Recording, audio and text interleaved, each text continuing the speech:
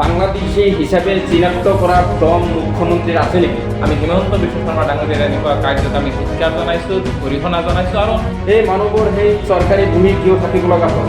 কোনো ৰাজনৈতিক দলে মুনাফা আদায় কৰাৰ কাৰণে এনেকুৱা কাম কৰিছে নেকি? কেৱল ফুটবল হিচাপে ৰাজনৈতিক ভাষাখনক বন্দী কৰি ভয় আৰু ভাবুকিৰে এই ৰাজনৈতিকৰণ কৰি আছে। ইমান অনুষ্ঠান প্ৰতিক্ৰিয়াৰ মাজলৈ মই বাহাৰুল ইছলাম আপোনালোকক ধন্যবাদ জ্ঞাপন কৰিছোঁ।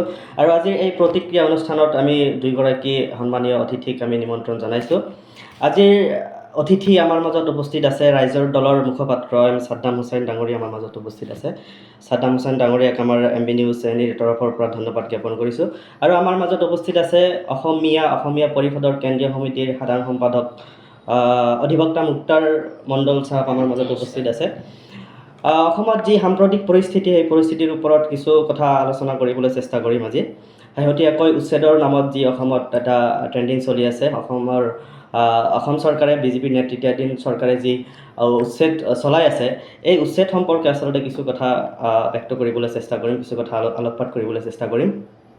মই পোনপ্ৰথমে ৰাইজৰ দলৰ মুখপাত্ৰ ছাদ্দাম হুছেইনৰ কাষলৈ আহিম। ছাদ্দাম হুছেইন ডাঙৰীয়া, শেহতীয়াকৈ হাছিলা বিল গোৱালপাৰাৰ আজি ৰাতিপুৱাৰ ভাগত যিটো পাইকানস্থিত উচ্ছেদস্থলীত এক প্ৰকাৰ গুলী চালনাৰ দৰে ঘটনা সংঘটিত হ'ল, এই সম্পৰ্কে আপোনাৰ অনুভৱ কেনেকুৱা, কি ক'ব? হয়, চাওক, আজিৰ যিটো ঘটনা এইটো আটাইতকৈ দুখজনক। আৰু এইবোৰ মানে অসাংবিধানিকেই নহয়, এইবোৰ অমানৱীয়।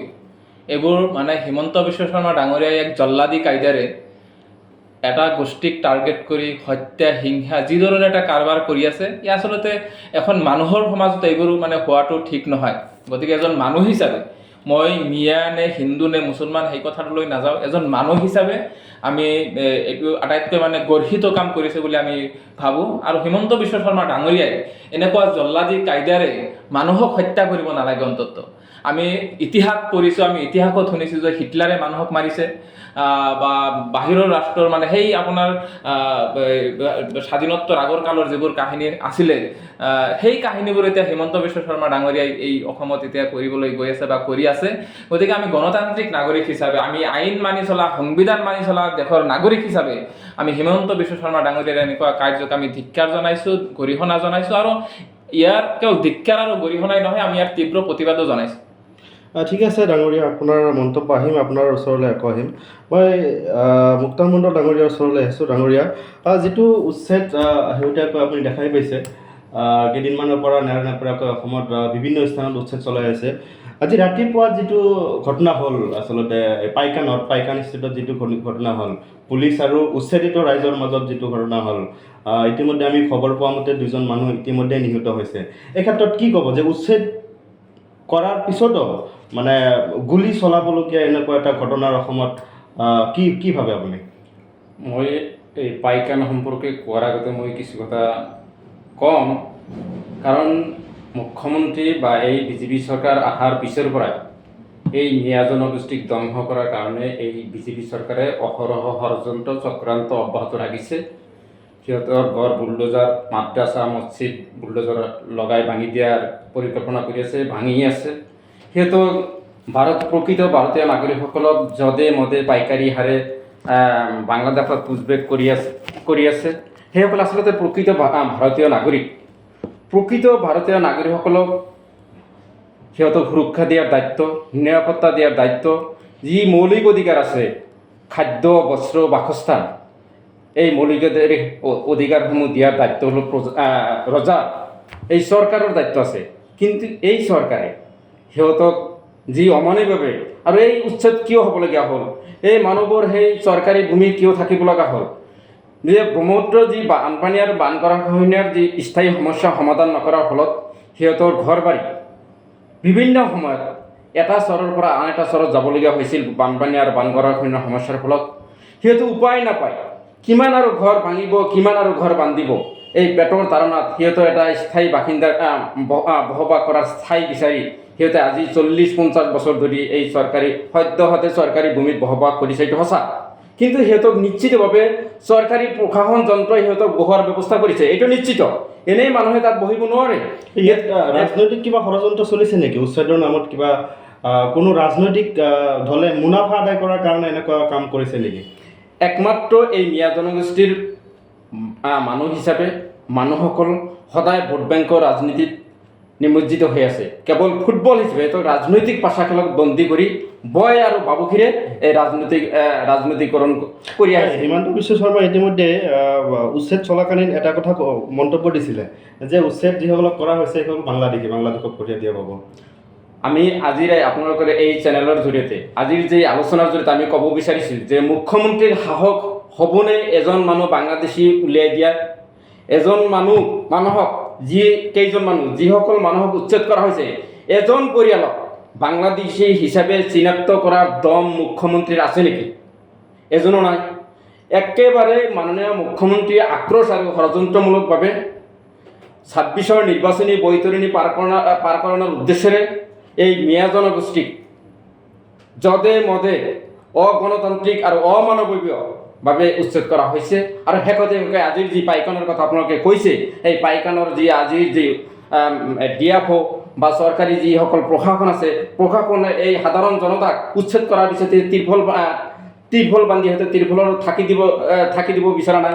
সিহঁতে ত্ৰিফলো ছিঙি দিয়া হৈছে, উঠাই দিয়া হৈছে। গতিকে সিহঁতক বয় বাবুকে দি এই উচতনিমূলক এই প্ৰশাসন যন্ত্ৰৰ উচতনিমূলক বক্তব্য আৰু উচতনিমূলক কাৰবাৰৰ বাবে আজি এই ঘটনাটো সংঘটিত হৈছে।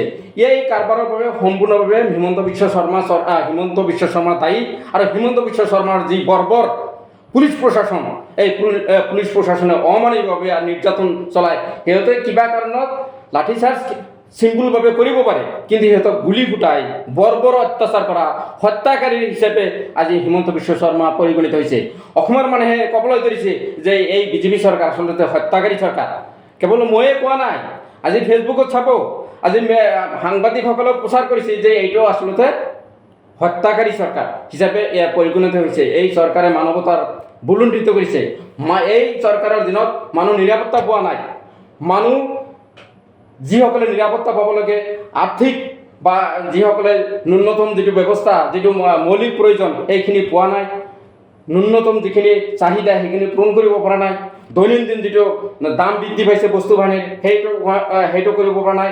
আৰু বিশেষকৈ আপোনালোকে লক্ষ্য কৰিব, যেতিয়াই গৰুখুটিত গীৰ গাই চোৰৰ এই ৰজাগৰীয়াৰ মন্ত্ৰীসভাত ওলাল আৰু এই গীৰ গাই যিটো গৰু চোৰৰ কাহিনী ওলালে, এই গৰু চোৰৰ কাহিনীক ডাকিবৰ কাৰণে সিহঁতক এই ইছ্যুটো তল পেলাবৰ কাৰণে এইবোৰ কাৰবাৰবোৰ চলি থকা হৈছে। আৰু হিমন্ত বিশ্ব শৰ্মা চৰকাৰৰ যি মন্ত্ৰীসভাত আছে, মন্ত্ৰীসভাত ডাঙৰ ডাঙৰ চোৰ আছে আৰু সিহঁতে নামে বেনামে সিহঁতে সম্পত্তি কৰিছে। সেই সম্পত্তি কেতিয়া বুলডোজাৰ লগাব, সেই সম্পত্তিৰ বুলডোজাৰ কেতিয়া লগাব, এইটো প্ৰশ্ন ৰাইজৰ মাজত এতিয়া উত্থাপন হৈছে। আৰু এই উত্থাপন হোৱাৰ পিছৰ পৰাই মন্ত্ৰীসভাত বা হিমন্ত বিশ্ব শৰ্মা চৰকাৰৰ কঁপনি উঠিছে, যাৰ ফলত এই বাংলাদেশী ভাৰতীয় নাগৰিকসকলক যধে মধে বাংলাদেশত পুছবেক কৰা হ'ল। সিহঁতে আকৌ ঘূৰি আহি তাৰপিছত কি কৰা হ'ল, এই গৰু আৰু গৰুৰ মাংস লৈ ৰাজনীতি কৰা হ'ল। গৰু মাংস নাখালে বন্ধ কৰি দিয়া হ'ল। তাৰপিছত আহি এই উচ্ছেদ, এই অমানৱীয় উচ্ছেদটো চৰকাৰৰ সম্পূৰ্ণ অগণতান্ত্ৰিক, অসাংবিধানিক আৰু অমানৱীয় উচ্ছেদ বাবে বৰ্বৰভাৱে আজিৰ এই পাইকানৰ হত্যাকাণ্ডটো সংঘটিত কৰিছে। এই কাণ্ডক আমি ধিক্কাৰ দিছোঁ আৰু গৰিহণা দিছোঁ। এই কাণ্ড অসমৰ যিসকল সমাজপ্ৰেমী আছে, যিসকল অসমক ভাল পায়, যিসকল অসমৰ জাতীয়তাবাদী, প্ৰকৃত জাতীয়তাবাদী, যিসকল অসমখন উন্নত কৰাৰ চেষ্টা কৰি আছে, আমি সেইসকলক আহ্বান কৰিম যে আপোনালোকে আচলতে এই বিজেপি চৰকাৰৰ এই বৰ্বৰ কাণ্ডৰ বাবে আমি ঐক্যবদ্ধভাৱে এই বিজেপি চৰকাৰৰ বিৰুদ্ধে মাৰ বান্ধি থিয় হ'ব লাগে। আমি কেৱল মিয়াসকলক কোৱা নাই, আমি সকলো অসমক ভাল পোৱা, অসমৰ জাতীয় প্ৰেমী সকলক আমি আহ্বান কৰিছোঁ। বুদ্ধিজীৱী, সাহিত্যিক যিসকল আছে, তেখেতসকলেও যাতে এই হিমন্ত বিশ্ব শৰ্মাৰ চৰকাৰৰ যিটো অমানৱীয় অত্যাচাৰ, নিৰ্যাতন, এই নিৰ্যাতনৰ বিৰুদ্ধে অসমবাসী ওলাই আহিব লাগে, তাৰো আমি আহ্বান কৰিছোঁ। ঠিক আছে, মণ্ডল ডাঙৰীয়াৰ ওচৰলৈ আহিম আমি। ছাদ্দাম ডাঙৰীয়া, যিহেতু ৰাইজৰ দলৰ মুখপাত্ৰ ছাদ্দাম ডাঙৰীয়া শেহতীয়াকৈ হিমন্ত বিশ্ব শৰ্মাই এটা মন্তব্য প্ৰদান কৰিছে, যিটো মন্তব্যত ইতিমধ্যেই সমগ্ৰ ৰাজ্যত তোলপাৰ সৃষ্টি কৰিছে। যিটো মন্তব্য হৈছে উচ্ছেদিত পৰিয়ালৰ কিছু সংখ্যকৰ ভোটাৰ লিষ্টৰ পৰা নাম কৰ্তন কৰা হ'ব। এই সন্দৰ্ভত কি ক'ব? নহয় চাওক, এই সন্দৰ্ভত আমি কেইটামান কথা ক'ব লাগিব। প্ৰথম কথাটো হ'ল যে উচ্ছেদ আৰু বেদখলকাৰী বা এই যে হিমন্ত বিশ্ব শৰ্মা ইয়াৰ আগতে কৈছিলে যে বাংলাদেশীক উচ্ছেদ কৰি আছে, গতিকে এইটো যিটো মানে হিমন্ত বিশ্ব শৰ্মাৰ যিটো ক্ৰনলজি উচ্ছেদৰ ক্ষেত্ৰত, গতিকে এই বিষয়টো আমি আগতে বুজি পাব লাগিব। আমি দীৰ্ঘদিন ধৰে এই কথাবোৰ হিমন্ত বিশ্ব শৰ্মাৰ চৰকাৰক বা ইয়াৰ আগৰ চৰকাৰবোৰক আমি অৱগত কৰাই আহিছোঁ আৰু আমি বিভিন্ন সামাজিক মাধ্যমৰ জৰিয়তে বা আপোনালোকৰ জৰিয়তে আমি এই কথাবোৰ এটা মানে সামাজিক বিপ্লৱ এটা গঢ় দিয়াৰ কাৰণে আমি মানুহকো আমি সজাগ কৰি আহিছোঁ যে 1949 চনৰ পৰা আজিলৈকে আপোনাৰ যদি এটা হিচাপ কৰা যায় আৰু এটা ছাৰ্ভেও হৈছিলে যে আপোনাৰ 51 পৰা 2014 চনলৈকে এটা হিচাপ আছিলে আমাৰ ওচৰত যে তেতিয়া আপোনাৰ যেটো আপোনাৰ গৰাখহনীয়াত আক্ৰান্ত হোৱাৰ ফলত আপোনাৰ 40 লাখ মানুহ আপোনাৰ ইন্টাৰনেলি ডিসপ্লেস হৈছিলে আৰু 40 লাখ মানুহ যেতিয়া ইন্টাৰনেলি ডিসপ্লেস হ'ল সেই মানুহখিনিক আপোনাৰ কোনো চৰকাৰে তেওঁলোকক সংস্থাপনৰ ব্যৱস্থা নকৰিলে সংস্থাপনৰ ব্যৱস্থা নকৰাৰ ফলত বা আপোনাৰ ৰিসেটলমেন্ট বা ৰিহেবিলিট নকৰাৰ কাৰণে তেওঁলোকে কি কৰিলে কোনবা খাস মাটি কোনবা আপোনাৰ ট্ৰাইবেল বেল্টৰ মাটি কোনবা আপোনাৰ কিবা কি ধৰণৰ আপোনাৰ খালি যিবোৰ মাটি আছিল সেই মাটিবোৰত গৈ মানে বসবাস কৰিলে এই কথাটো মই অস্বীকাৰ কৰিবলৈ বা স্বীকাৰ কৰিবলৈ মই দ্বিধাবোধ নকৰো যে হয় আমি চৰকাৰী মাটি বেদখল কৰা নাই হয় আমি চৰকাৰী মাটি বেদখল কৰিছো আজিৰ দিনত আমি তো তাৰ আসমানৰ পৰা অহা নাই যে আমি আসমানৰ পৰা আহিছো আমি আকাশৰ পৰা মাটিৰ পট্টা লৈ আহিছো স্বীকাৰ কৰিছে আপুনি চৰকাৰী মাটি দখল মই স্বীকাৰ কৰিছো হয় মই স্বীকাৰ কৰিছো যে আমি চৰকাৰী মাটি দখল কৰিছো আমি চৰকাৰী মাটিটো কিয় দখল কৰিছো এই কথাখিনি এতিয়া আপোনালোকে শুনিব লাগিব যে মই কৈছো যে 1951 চনৰ পৰা আজিলৈকে অলমোস্ট 40 লাখ মানুহ আপোনাৰ ইন্টাৰনেলি ডিসপ্লেস হৈছে ইন্টাৰনেলি ডিসপ্লেস মানে আপোনাৰ নদী গৰাখহনীয়াৰ ফলত যিসকল মানুহ আক্ৰান্ত হৈছে সেই আক্ৰান্ত হোৱা মানুহক আপোনাৰ চৰকাৰে সংস্থাপন দিয়াৰ দায়িত্ব আছিলে কিন্তু চৰকাৰে সংস্থাপন নকৰিলে চৰকাৰে যেতিয়া সংস্থাপন নকৰিলে তেতিয়া এটো আমাৰ ভাৰতীয় এজন নাগৰিক হিচাপে বা দেশৰ নাগৰিক হিচাপে এটা আমাৰ অধিকাৰ আছে যদি কোনো জায়গাত খালি ভূমি থাকে বা সৰকাৰি মাটি থাকে সেই মাটিত গৈ আমি বহিব পাৰো কিন্তু বহি পেলাই সেই মাটি আমি সৰকাৰৰ ওচৰত আমি দাবী কৰিব পাৰো এটো নিয়মৰ কথা এটো Assam land and revenue regulation act 1886 ত এই পলিসিৰ নীতিবোৰ আছে প্ৰথম কথা দ্বিতীয় কথাটো হ'ল যে সৰকাৰে সংস্থাপন নিদিলে এতিয়া আপোনালোকে কওক যে এই হিমন্ত বিশ্ব শৰ্মা ডাঙৰীয়াই এবাৰ কৈ আছে যে বাংলাদেশীক উচ্ছেদ কৰি আছো আৰে বাবা যদি বাংলাদেশীক উচ্ছেদ কৰি আছে তেতিয়াহ'লে আকৌ তেওঁলোকক সংস্থাপন কিয় দি আছে এক কাটাকে কিয় মাটি তো দি আছে কোনবা বাংলাদেশীক সরকারে মাটি দিয়ে নেকি কোনবা বাংলাদেশীক সরকারে পয়সা দিয়ে নেকি ধুবড়ির উচ্ছেদ হওয়ার সময় তেওঁলোক হিমন্ত বিশ্ব শর্মা নিজে কৈছে আমি 50,000 টাকা দিম আমি এক কাঠাকে মাটি দিম গৰুখুটিত উচ্ছেদ কৰিলে বাংলাদেশী বুলি কই তাৰ পিছত তেওঁলোকক এক বিঘাকে মাটি দিলে তেওঁলোকক কিছু ক্ষতিপূৰণ দিলে গভৰ্নমেন্টে উচ্ছেদ কৰিব বাংলাদেশী বুলি কই আকৌ তাৰ পিছত তেওঁলোকক ক্ষতিপূৰণ দিব আৰু সেই কথাটো যদি আমি ধৰিম তেতিয়া ক'ব যে নহয় তেওঁলোকে বেদখল কৰি আছিল আমি বেদখলকাৰীক উচ্ছেদ কৰিছো আৰে বাবা কোন বেদখলকাৰীক তোমালোকে উচ্ছেদ কৰিলে বেদখলকাৰী কোন আজি কোনবা নহয় কোনবা আপোনাৰ যিবোৰ মাটিৰ কেটেগৰী আমি মাটিৰ কেটেগৰীটো জানিব লাগিব মাটিৰ কেটেগৰীটো কেনেকুৱা হয় কোনবা খাস মাটি কোনবা পিজিআৰ মাটি কোনবা আপোনাৰ ফৰেষ্টৰ মাটি কোনবা জলাশয় কোনবা পাহাৰ কোনবা আপোনাৰ বাগানৰ মাটিটো এখিনিয়ে আৰু সেই মাটিখিনিত মানুহে বহি আছে এতিয়া মই জলাশয়ৰ মাটিত বহিব নোৱাৰিম মই পাহাৰৰ মাটিত বহিব নোৱাৰিম মই খাস মাটিত বহিব নোৱাৰিম মই আপোনাৰ ট্ৰাইবেল বেল্টৰ মাটিত বহিব নোৱাৰিম মই পিজিআৰ মাটিত বহিব নোৱাৰিম মই আসমানত থাকিম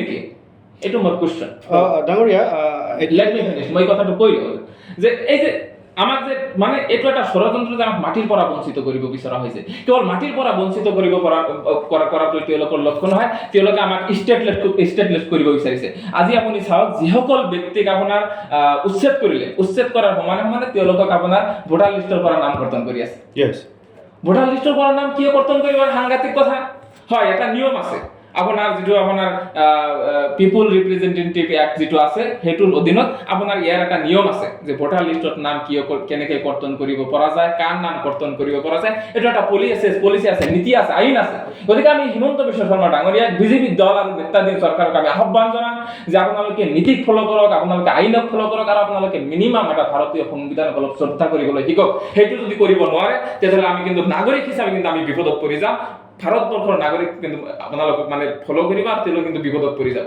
গতিকে এই যে যেটো ভোটাৰ লিষ্টৰ পৰা নাম কৰ্তন কৰা যেটো কাহিনী যদি কোনোবা ব্যক্তিৰ নাম এটা এলেকাৰ পৰা যদি নাম কৰ্তন কৰি যদি বেলেগ এলেকাত পঠাব লগা হয় তেতিয়াহ'লে আপোনাৰ সেই আইন মতে প্ৰথমতে নটিচ কৰিব লাগিব তাক পাব্লিক হিয়াৰিঙৰ সুবিধা এটা দিব লাগিব যে তাৰ নামটো এই অঞ্চলৰ পৰা কিয় কৰ্তন কৰি বেলেগ এটা অঞ্চললৈ আপোনাৰ পঠোৱা হ'ব এই জাননীটো দিব লাগিব তাক পাব্লিক হিয়াৰিঙৰ সেই সুবিধাটো দিব লাগিব দিয়াৰ পিছত এই ব্যক্তিজনক আপোনাৰ উজৰ আপত্তি দৰ্শোৱাৰো এটা মানে সুবিধা দিব লাগিব তেখেতে যদি কয় যে নহয় মই ইয়াৰ পৰা নাম কৰ্তন কৰিবলৈ যদি অস্বীকাৰ কৰে তেতিয়াহ'লে কেতিয়াও নাম কৰ্তন কৰি পঠাব নোৱাৰে আৰু যদি গভৰ্ণমেণ্ট অফ অসমে বা যিকোনো গভৰ্ণমেণ্টে বা অফিচাৰে যদি তাক কনভিন্স কৰাব পাৰে যে নহয় আপুনি এই কাৰণত ইয়াৰ পৰা নাম কৰ্তন কৰি আপোনাক আমি বেলেগ এটা জাগাত আমি সুবিধা কৰি দি আছো, এনেকুৱা এটা নিয়মৰ মাজত যাব লাগিব। আৰু এনেকুৱা নিয়মৰ মাজত যদি নাযায় ইয়াৰ সম্পূৰ্ণৰূপে আপোনাৰ স্বৈৰাচাৰী আৰু অগণতান্ত্ৰিক কথা বতা। সেইকাৰণে আমি তেওঁলোকক আহ্বান জনাম যে যদি যিসকল ব্যক্তি আজি সংবিধানৰ নামত শপত খায় সেই গাদীটোত বহি আছে, অন্তত হিমন্ত বিশ্ব শৰ্মা ডাঙৰীয়াৰ সন্মান ইজ্জত নাথাকিলেও দেশৰ নাগৰিকৰ সন্মান আছে, দেশৰ নাগৰিকৰ অধিকাৰ আছে, দেশৰ নাগৰিকৰ কিন্তু ইজ্জত আছে আৰু সেই গাদীটোৰ কিন্তু ইজ্জত আছে।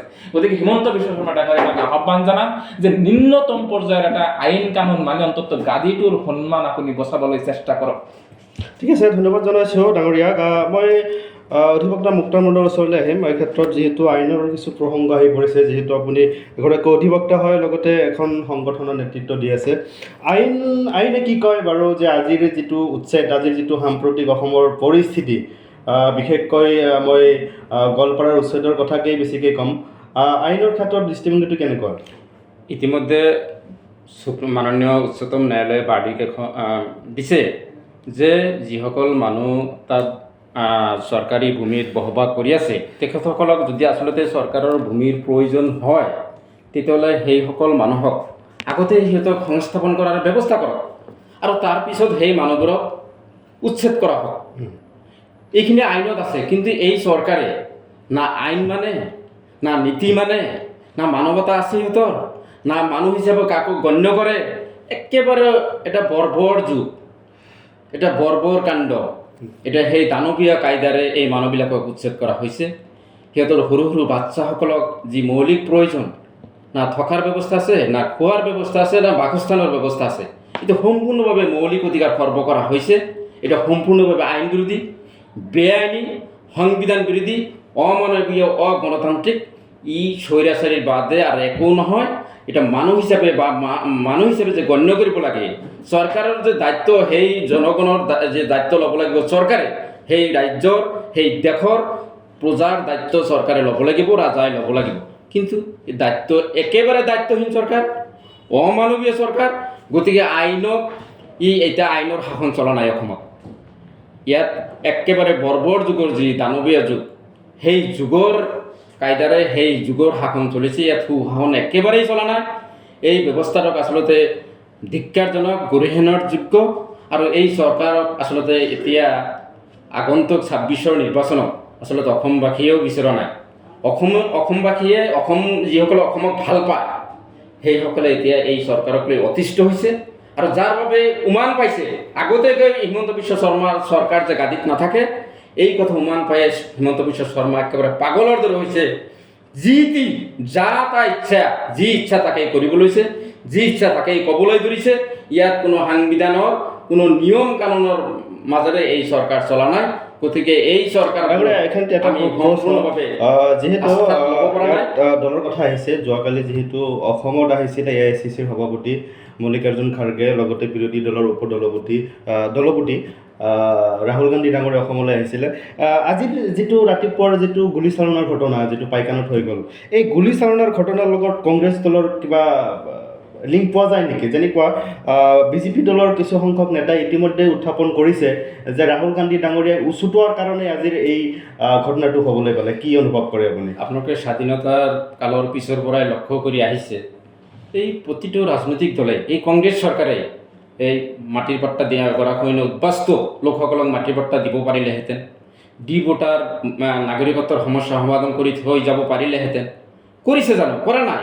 সম্পূৰ্ণ এই ব্লেকমেইলিং আৰু এই ব্লেকমেইলিং ৰাজনীতি কৰাৰ ফলত আৰু আমাৰ মানুহবিলাক সজাগ নোহোৱাৰ কোনে কৰিছে? ব্লেকমেইলিং ৰাজনৈতিক দলবিলাকে কৰিছে। ইয়াত যিসকলে বেছিভাগ শাসনত আছিল কংগ্ৰেছ, এতিয়া কংগ্ৰেছ নিশ্চিতভাৱে বেছি সময় থকা শাসন কালতো এই কংগ্ৰেছে, এই মানুহবিলাক যিহেতু এই মানুহবিলাক কংগ্ৰেছৰ আপোন, এই মানুহবিলাকে কংগ্ৰেছৰ জিন্দাবাদ বেছি দিয়ে, এইটো অপ্ৰিয় সত্য কথা। কিন্তু কংগ্ৰেছে কিন্তু এই মানুহবিলাক আপোন কৰিব নোৱাৰিলে। এতিয়া শ্বেৰমানৰ কথা আহিব। শ্বেৰমানে ৫টা বা ৭টা চৰ্ত দিছিল। এটা চৰ্ত আজিলৈকে কংগ্ৰেছ দলৰ পৰা মানি লোৱাৰ সাহস গোটাব পাৰিছেনে? যে মিয়াসকল অসমৰ অসমীয়া হিচাপে, বাকী চৰকাৰৰ কথা বাদ দিয়ক, তেখেতসকলৰ এজেণ্ডাত এইটো মানি লৈছেনে? মাটি পাট্টা দিয়াৰ কথা সিহঁতৰ এজেণ্ডাত কয়নে? ডি ভোটাৰ সমস্যাৰ কথা সিহঁতে কয়নে? গতিকে এই যে ৰাজনৈতিক এই ষড়যন্ত্ৰৰ বলি হ'ব লগা হৈছে আমাৰ মানুহবিলাক। গতিকে আমি এই জিন্দাবাদ কেৱল আমি ৰাজনৈতিক দলৰ নেতাসকলৰ জিন্দাবাদ দিলোঁ, আমি কিন্তু বাদ পৰিলোঁ। এই যে জিন্দাবাদ। সাদ্দাম ডাঙৰীয়া কি ক'ব এই ক্ষেত্ৰত? এটা কথা ওলাইছে ইতিমধ্যে বিজেপি চৰকাৰৰ যিবিলাক আমোলা মন্ত্ৰী আছে, মন্ত্ৰীসকলে ক'বলৈ ধৰিছে যে ৰাহুল গান্ধীৰ অসম ভ্ৰমণে বেছিকৈ উৎসাহিত কৰিলে আজিৰ যিটো ঘটনা, গুলীয়াগুলিৰ যিটো ঘটনা, ৰাহুল গান্ধী উচুত হোৱাৰ কাৰণে এনেকুৱা এটা পৰিস্থিতিৰ সন্মুখীন হ'বলগীয়া হ'ল নেকি? নাই, কথা সেইটো নহয়, মই সেই কথাটো তেনেকৈ বিশ্বাস নকৰোঁ। কাৰণ ইয়াৰ আগতেও অসম মানে হিমন্ত বিশ্ব শৰ্মা ডাঙৰীয়াই আমি আগতে কৈ আহিছোঁ, আৰু হিমন্ত বিশ্ব শৰ্মা ডাঙৰীয়াই খোলাখুলিকৈ কয় যে হিমন্ত বিশ্ব শৰ্মা মানে Assam is going to be police state. মানে this is the one kind of চেক্ৰচেণ্ট, যিটো মানে আপোনাৰ য'ত মানে আইন কানুনৰ কথা নাথাকিব, য'ত পুলিচৰ গুলিত বন্দুক থাকিব, মানে তেওঁলোকে ফুটাই থাকিব।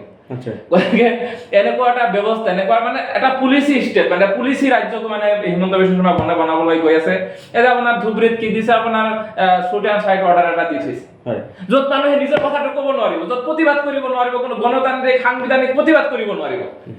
মানে এই কথাবোৰে মানে কেৱল ৰাহুল গান্ধী আহিছে গৈছে সেইবোৰ আমাৰ লুকআউট নহয়, কিন্তু কংগ্ৰেছ দল সম্পৰ্কে আমাৰ কথা ক'বলৈ আছে, সেইটো বেলেগ কথা। যে আজিৰ দিনত যিবোৰ সমস্যা আমাৰ মানুহৰ মাজত সৃষ্টি হৈছে, গোটেই সমস্যাবোৰ ৰাজনৈতিক সমস্যা। আপুনি কথাটো বুজিব যে গোটেই সমস্যাবোৰ ৰাজনৈতিক সমস্যাই, আৰু এই সমস্যাবোৰ সৃষ্টি কৰিলে কোনে? দীৰ্ঘদিন যিসকলে ৰাজনীতিত থাকিলে, দীৰ্ঘদিনে যিসকল ব্যক্তি আমাৰ ভোট লৈ শাসন কৰিলে, ৰাজ্যখন দখলত থাকিলে, তেওঁলোকে এই সমস্যাবোৰ সৃষ্টি কৰিলে। আজি আমাৰ আপোনাৰ ভূমি পট্টাৰ পৰা আপোনাৰ ডি ভোটাৰলৈকে, আজি ডিটেনশ্যন কেম্পৰ পৰা আজি উচ্ছেদলৈকে যিমানবোৰ সমস্যাৰ সৃষ্টি হৈছে, হয় আমি এই কথাটো স্বীকাৰ কৰিব লাগিব যে গোটেই সমস্যাবোৰ কংগ্ৰেছৰ দিনত সৃষ্টি হোৱা সমস্যা। আৰু কংগ্ৰেছ এটা, যদি আপুনি মোক সোধে কংগ্ৰেছ পাৰ্টি সম্পৰ্কে আপোনাৰ ধাৰণা কি, মই ৰাইজৰ দলৰ মুখপাত্ৰ বুলি নহয়, মই এজন সাধাৰণ নাগৰিক হিচাপে মই এনেকৈ ভাবোঁ যে কংগ্ৰেছ এটা ইনকমপ্লিট পাৰ্টি। ইনকমপ্লিট পাৰ্টি মানে কংগ্ৰেছ পাৰ্টিয়ে দীৰ্ঘদিন শাসনত থকাৰ পিছতো কোনো এটা সমস্যাৰ স্থায়ী সমাধান কৰি থৈ যাব নোৱাৰিলে। কংগ্ৰেছ পাৰ্টিয়ে বিদেশী সমস্যাৰ এটা স্থায়ী সমাধান কৰি থৈ যাব নোৱাৰিলে। কংগ্ৰেছ পাৰ্টিয়ে আমি ভূমিহীন হৈ থকা 40 লাখ মানুহক সংস্থাপনৰ ব্যৱস্থা কৰি থৈ যাব নোৱাৰিলে। ইভেন কি আমি সময়ে সময়ে এই দাবীটো আমি জনাই আহিছিলোঁ, কংগ্ৰেছ চৰকাৰ থাকোঁতে আমি জনাই আহিছিলোঁ যে আপোনালোকে মাটি দিয়ে নিদিয়ে সেইটো বেলেগ কথা, অন্তত এই মানুহখিনি যে গৰাখহনীয়াত আক্ৰান্ত ভূমিহীন মানুহ, অন্তত তাৰ প্ৰমাণ এটা আপোনালোকে দি থৈ যাওক। কিন্তু কংগ্ৰেছ পাৰ্টি সেই কামটো কৰি থৈ নগ'ল। কংগ্ৰেছ পাৰ্টিয়ে গাছ ৰুই গৈছে, বিজেপিয়ে তাৰ ফল খাই আছে। এইটো খোলাখুলি কথা। মানে কংগ্ৰেছে গোটেই সমস্যাবোৰ সৃষ্টি কৰি থৈ গ'ল, আৰু সেই সমস্যাৰ সুযোগ লৈ আজি আপোনাৰ বিজেপিয়ে আমাক তিলে তিলে তিলে মাৰি আছে। মই এটা ইণ্টাৰেষ্টিং কাহিনী এটা কওঁ। 2010 চনত আপোনাৰ কংগ্ৰেছ পাৰ্টিয়ে, কংগ্ৰেছ গভৰ্ণমেণ্ট থাকোঁতে তেওঁলোকে এটা বিল এটা আনিলে, সেইটো হ'ল আপোনাৰ land grabbing prohibition act 2010। Land grabbing prohibition act 2010ত কি আছে, এইটো 11ত আপোনাৰ আইন হৈছে। সেইটোত আছিলে আপোনাৰ তেওঁলোকে কেবিনেটত ৰুলটো পাছ কৰিলে। তেওঁলোকৰ নিয়ম আছিলে কংগ্ৰেছৰ যে তেওঁলোকে কেবিনেটত বিলটো আইনত পৰিণত কৰিব, তেওঁলোকে এটা স্বাভাৱিক অৱস্থাত তেওঁলোকে বিধানসভাত আলোচনাহে কৰিব। কিন্তু কংগ্ৰেছৰ যিসকল কেবিনেট মিনিষ্টাৰ, তেওঁলোকেহে সেই বিলৰ মানে বিপক্ষে, যদি তেওঁলোকৰ মত নহয় বিপক্ষে মত মানে মতামত দিব পাৰিব। আৰু যিসকল নৰ্মেল বিধায়ক, তেওঁলোকে মানে ৰুলিং পাৰ্টিৰ নৰ্মেল বিধায়কসকলে সেই বিলৰ বিপক্ষে মতামত দিব নোৱাৰিব, দিলে তেওঁলোকৰ এমএলএ যাব, কাৰণ তেওঁলোকৰ এটা 3 লাইন হুইপ বুলি এটা নীতি আছিলে। আৰু এই 3 লাইন হুইপ নীতি থকাৰ কাৰণে বহুত মানে 2-এজন হয়তো এনেকুৱা মুছলমান বিধায়ক আছিলে বা কিছু এমএলএ আছিলে কংগ্ৰেছৰ, যিসকলে এইটো বিলৰ বিপক্ষে থাকিও তেওঁলোকৰ মানে বিধায়ক পদ খাৰিজ হোৱাৰ ভয়ত সেই বিলৰ বিপক্ষে মাত মাতিব নোৱাৰিলে। বহুত ইণ্টাৰেষ্টিং কাহিনী, মানে মুক্তাৰ মণ্ডলে কৈছে এতিয়া বহুত ইণ্টাৰেষ্টিং কাহিনী এইবোৰ। সেই সময়ত এতিয়াৰ আটাইতকৈ প্ৰভাৱশালী মানে আপোনাৰ সাংসদ নেতা, মুছলমানৰ নেতা, তথাকথিত মুছলমানৰ নেতা ৰকিবুল হুছেইন ডাঙৰীয়া কেবিনেট মিনিষ্টাৰ আছিলে। ৰকিবুল হুছেইনে জানে সেই বিলৰ আপোনাৰ ইণ্টাৰেষ্টিং কাহিনী, সেই বিলৰ সেই আইনৰ প্ৰথম পৃষ্ঠা, যিটো প্ৰিএম্বল বুলি কয়, প্ৰিএম্বলত মানে এটা লাইন লিখা আছে, যিসকল ব্যক্তিয়ে চৰকাৰী মাটি বা খাস মাটি দখল কৰি বহি আছে, সেই ব্যক্তিসকলক প্ৰথমতে কাট কৰিব লাগিব এণ্ড এৰেষ্ট কৰিব লাগিব। কি সাংঘাতিক কথা কৈছে চাওক। আৰু সেইটো ৰকিবুলে বনাই থৈ গৈছে। আৰু সেই ৰকিবুলে আজি ইলেকশ্যনত ভোট বিচাৰি গৈ ক'ব যে যদি আপোনাৰ 50টা হিমন্ত বিশ্ব শৰ্মা আহে মোৰ লগত নোৱাৰিব, আৰু মানুহক যদি উচ্ছেদ কৰিবলৈ আহে আমি দেৱালৰ দৰে থিয় হ'ম। সেই হাতীৰ সমান দেৱালটো এটা নতুন পইণ্ট ডাঙৰীয়া, যিটো ৰকিবুল হুছেইনে আইনটো বনালে বা ৰকিবুল হুছেইনে যেতিয়া পাৱাৰত আছিলে, ক্ষমতাত আছিলে, সেই ৰকিবুল হুছেইনে ধুবুৰীৰ নিচিনা সংখ্যালঘু অধ্যুষিত অঞ্চলত ভাৰতৰ ভিতৰত সৰ্বোচ্চ ভোট পাই তেওঁ ৰেকৰ্ড কৰি বিজয় সাব্যস্ত কৰিলে।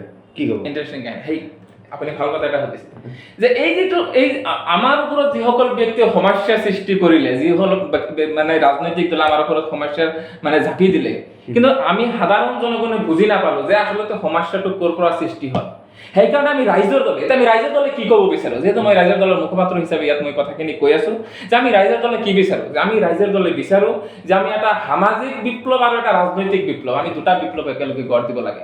সামাজিক বিপ্লৱৰ জৰিয়তে এই যে মানুহবোৰে যে ভুল কৰি থাকে, মানুহবোৰে যে বাৰে বাৰে আমাৰ লগত অন্যায় কৰি থকা এটা ৰাজনৈতিক দলক যে আমি ভোট দি থাকো, তাৰ কাৰণে আমি এটা সামাজিক বিপ্লৱ সৃষ্টি কৰিব লাগে যে আমাৰ লগত অন্যায় কোনে কৰিলে এই কথাটো মানুহে গম পাব লাগে, আমাৰ বিৰুদ্ধে কোনে আইন বনাই আছে সেই কথাটো মানুহে গম পাব লাগে, আমাৰ অধিকাৰ কি, আমাৰ স্বাধিকাৰ কি আৰু আমাৰ হকেৰ কাৰণে কোনে লৰাই কৰিব এই কথাটো মানুহে গম পাব লাগে। তাৰপিছত আমি এনেকৈ আলোচনা কৰি সামাজিক বিপ্লৱৰ জৰিয়তে আমি সমস্যাৰ উদ্ঘাটন কৰিব লাগে।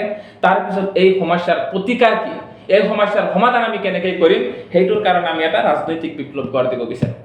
আমি সেইকাৰণে কওঁ যে আমি ৰাজনৈতিক বিপ্লৱৰ আমাৰ ৰাজপথৰ আন্দোলনৰ সমানে সমানে আমি বিধানসভাৰ মজিয়াত আমি আন্দোলন গঢ় দিব বিচাৰোঁ, আমি বিধানসভাৰ মজিয়াত আমি আন্দোলন কৰিব বিচাৰোঁ, বিধানসভাৰ মজিয়াত আমি জনগণৰ কাৰণে এটা বিপ্লৱৰ সৃষ্টি কৰিব বিচাৰোঁ। আৰু আমি ভাবোঁ, আমি বিশ্বাস কৰোঁ তেনেকৈ যে যেতিয়ালৈকে বিধানসভাৰ মজিয়াত এটা বিপ্লৱ নহ'ব, যেতিয়ালৈকে বিধানসভাৰ মজিয়াত এখন আন্দোলন নহ'ব, মিয়া মানুহে অন্তত এই কথাটো মনত ৰখা উচিত। মই আপোনাৰ মিডিয়াৰ জৰিয়তে আজি মই সমগ্ৰ মিয়া মানুহক মই কৈ গৈছোঁ, সমগ্ৰ অধিকাৰ বঞ্চিত সমগ্ৰ মেহনতি মানুহক মই এই আহ্বানটো জনাই যাওঁ আৰু কৈ যাওঁ, যেতিয়ালৈকে বিধানসভাৰ মজিয়াত এখন সংগ্ৰাম নহ'ব, বিধানসভাৰ মজিয়াত এখন আন্দোলন নহ'ব, তেতিয়ালৈকে এই সমস্যাবোৰৰ কিন্তু সমাধান নহয়। আৰু আন্দোলনটো কি ৰাইজৰ দলে কৰিব? নিশ্চিতভাৱে আমি আন্দোলন কৰিম, কাৰণ আমি এটা সংগ্ৰামী সংগঠনৰ সংগ্ৰামী বেকগ্ৰাউণ্ডৰ পৰা অহা, আমি এটা সামাজিক বিপ্লৱ কৰি অহা, আৰু আমি তেনেকৈ বিশ্বাস কৰোঁ যে আমি য'তেই যাওঁ আমি এটা বিপ্লৱৰ জৰিয়তে আমি সমস্যাৰ সমাধান বিচাৰোঁ। ঠিক আছে ডাঙৰীয়া, এইছে মণ্ডল ডাঙৰীয়াৰ ওচৰত আহিম। মণ্ডল ডাঙৰীয়া, যিহেতু আপুনি মিয়া পৰিষদৰ নেতৃত্বত আছে, যিটো কমিউনিটিক বৰ্তমান এই অৱস্থা, যিটো উচ্ছেদৰ যিটো অৱস্থা, এই অৱস্থাত বেছিভাগ মানুহেই মিয়া। চ' আপুনি কি ভাবে যে ৰাজনৈতিকৰণৰ কাৰণে কেৱল মিয়াসকলকে টাৰ্গেট কৰা হৈছে নে অন্য সম্প্ৰদায়ৰ মানুহবিলাকক উচ্ছেদ কৰা হৈছে? কেৱল দেখা গৈছে যে মিয়াসকলকহে বেছি টাৰ্গেট কৰা হৈছে, এনেকুৱা কি হ'ব? মই এই কথাটো প্ৰথমতেই কৈছোঁ যে বিজেপি চৰকাৰ অহাৰ পিছৰ পৰা হিমন্ত বিশ্ব শৰ্মা সদায় কৈ থাকে, আপোনালোকে জানে যে মই মিয়াসকলক বেয়া পাওঁৱেই, মই মিয়াসকলক খতম কৰাই বা ইছলাম খতম কৰাই মোৰ লক্ষ্য, মোৰ উদ্দেশ্য। গতিকে এই ক্ষেত্ৰত আচলতে বাছি বাছি প্ৰকৃত ভাৰতীয় নাগৰিকসকলক পুছবেক কৰা হ'ল, বাছি বাছি উচ্ছেদ কৰা হৈছে। একমাত্ৰ এই মিয়াসকলৰ উদ্বাস্ত বানপানী আৰু বানগৰাখনিত উদ্বাস্ত এই মেহনতি বা এই দুৰ্যোগ সম্পূৰ্ণ ব্যক্তিসকলক, মানুহসকলক উচ্ছেদ কৰা হৈছে। আৰু আপোনালোকে এটা কথা উত্থাপন কৰিছে যে এই পাইকানৰ যিটো ঘটনা, এই ঘটনাৰ আচলতে কাৰ উচতনিত? এইটো উচতনিয়ে আমি যোৱাকালি বা পৰহি এটা নিউজ চালোঁ, বিজেপিৰ একাংশ নেতাকৰ্মী সিহঁতে এটা ৰেলীত শ্লোগান দিছে, খেত ঐ খেত মিয়া খেত। এইটো কি বুজা?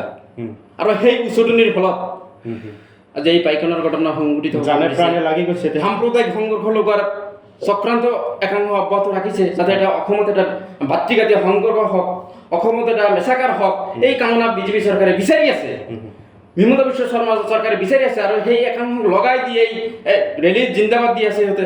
গতিকে এই কাণ্ডটো আচলতে দুৰ্ভাগ্যজনক, অসমবাসীৰ বাবে দুৰ্ভাগ্যজনক, অসমৰ বাবে দুৰ্ভাগ্যজনক। অসমীয়া জাতি, অসমখন ধ্বংস কৰাৰ কাৰণে একাংশ লগাই দিছে বিজেপি চৰকাৰে, এই হিমন্ত বিশ্ব শৰ্মাকে এইসকলক নাকি লগা নাই। গতিকে আমি আজিৰ এই আলোচনাৰ যোগেদি আমি হিমন্ত বিশ্ব শৰ্মা চৰকাৰক আহ্বান জনাইছোঁ, আপুনি সদায় কৈ থাকে যে আপুনি এজন দক্ষ মন্ত্ৰী, আপুনি অসমৰ উন্নয়ন বিচাৰিছে, এটা জনগোষ্ঠীক টাৰ্গেট কৰি, এটা জনগোষ্ঠীক ধ্বংস কৰি, এই সৰ্ববৃহৎ জনগোষ্ঠীক ধ্বংস কৰি অসমৰ কিন্তু উন্নয়ন আপুনি কামনা কৰিব নোৱাৰে। কাৰণ বিভিন্ন জাতি জনগোষ্ঠীৰ সংমিশ্ৰণত এটা জাতি গঠন হৈছে। অসমখন, এই অসমৰ মিয়াসকল ভাৰত স্বাধীনতাৰ ক্ষেত্ৰত অৱদান আছে, অসমীয়া জাতি ৰক্ষাৰ ক্ষেত্ৰত অৱদান আছে, অসমৰ ভাষা সংস্কৃতি ৰক্ষাৰ ক্ষেত্ৰত অৱদান আছে। আজি পৰ্যন্ত অসমৰ অৰ্থনৈতিক কাঠামো সুদৃঢ় কৰাৰ কাৰণে মিয়াসকলৰ অতুলনীয় অৱদান আছে। আৰু মিয়াসকল যদি এসপ্তাহ কৰ্মবিৰতি কৰে, তেতিয়াহ'লে অসমৰ এই অৱস্থাটো কেনেকৈ, অৰ্থনৈতিক অৱস্থাটো কিমান তললৈ নামিব, এইটো ভাবি চাইছেনে অসম চৰকাৰে? গতিকে অসমক যিসকলে ভাল পায়, অসম প্ৰেমী ৰাইজ, সেইসকল এই বিজেপি চৰকাৰৰ বিৰুদ্ধে এই স্বৈৰাচাৰী আৰু সাম্প্ৰদায়িক সংঘৰ্ষ লগোৱাৰ যি কুচকাৱাজ চলাইছে, ইয়াৰ বিৰুদ্ধে অসমৰ ৰাইজে অসমৰ ভালপোৱা ৰাইজে অসম প্ৰেমী ৰাইজে ইয়াৰ বিৰুদ্ধে মাৰবান্ধি থিয় হ'ব লাগে, ঐক্যবদ্ধভাৱে সংগ্ৰাম কৰিব লাগে এই বিজেপি চৰকাৰক উৎখাত কৰাৰ কাৰণে। আমি কেৱল মিয়াসকলক কোৱা নাই, অসমত ভালপোৱা প্ৰতিটো জাতি জনগোষ্ঠীক নেতৃত্ব দিব পৰা ব্যক্তিসকল ওলাই আহিব লাগে এই বিজেপি চৰকাৰৰ এই সাম্প্ৰদায়িক সংঘৰ্ষক মষিমূৰ কৰাৰ কাৰণে। গতিকে এইখিনিও আমি আহ্বান কৰিছোঁ। ঠিক আছে, মণ্ডল ডাঙৰীয়াক ধন্যবাদ জনাইছোঁ। যিহেতু সময় আমাৰ বেছি নাই, খুব কম সময়ৰ ভিতৰত আমাৰ অনুষ্ঠান সামৰিব লাগিব। খুব কম সময়ৰ ভিতৰতে ছাদ্দাম ডাঙৰীয়াৰ ওচৰলৈ আহিছোঁ। ডাঙৰীয়া, শেহতীয়াকৈ দেখিবলৈ পোৱা গৈছে যে অখিল গগৈৰ এটা মন্তব্য ইতিমধ্যে ছ'চিয়েল মিডিয়াত বা সামাজিক মাধ্যমত বহুত চৰ্চা হৈ আছে, যিটো মন্তব্য হৈছে যে উজনিত যদি ইভেকশ্যন কৰিবলৈ আহে, উজনিত যদি উচ্ছেদ কৰিবলৈ আহে, তেতিয়াহ'লে যুদ্ধ ঘোষণা কৰিব। উজনিৰ ক্ষেত্ৰত অখিল গগৈয়ে যিহেতু এই মন্তব্য দিছে, নামনিৰ ক্ষেত্ৰত কিন্তু এই মন্তব্য দিয়া নাই। অখিল গগৈ ইতিমধ্যে নামনি যুদ্ধ কৰিবলৈ গৈছিলে।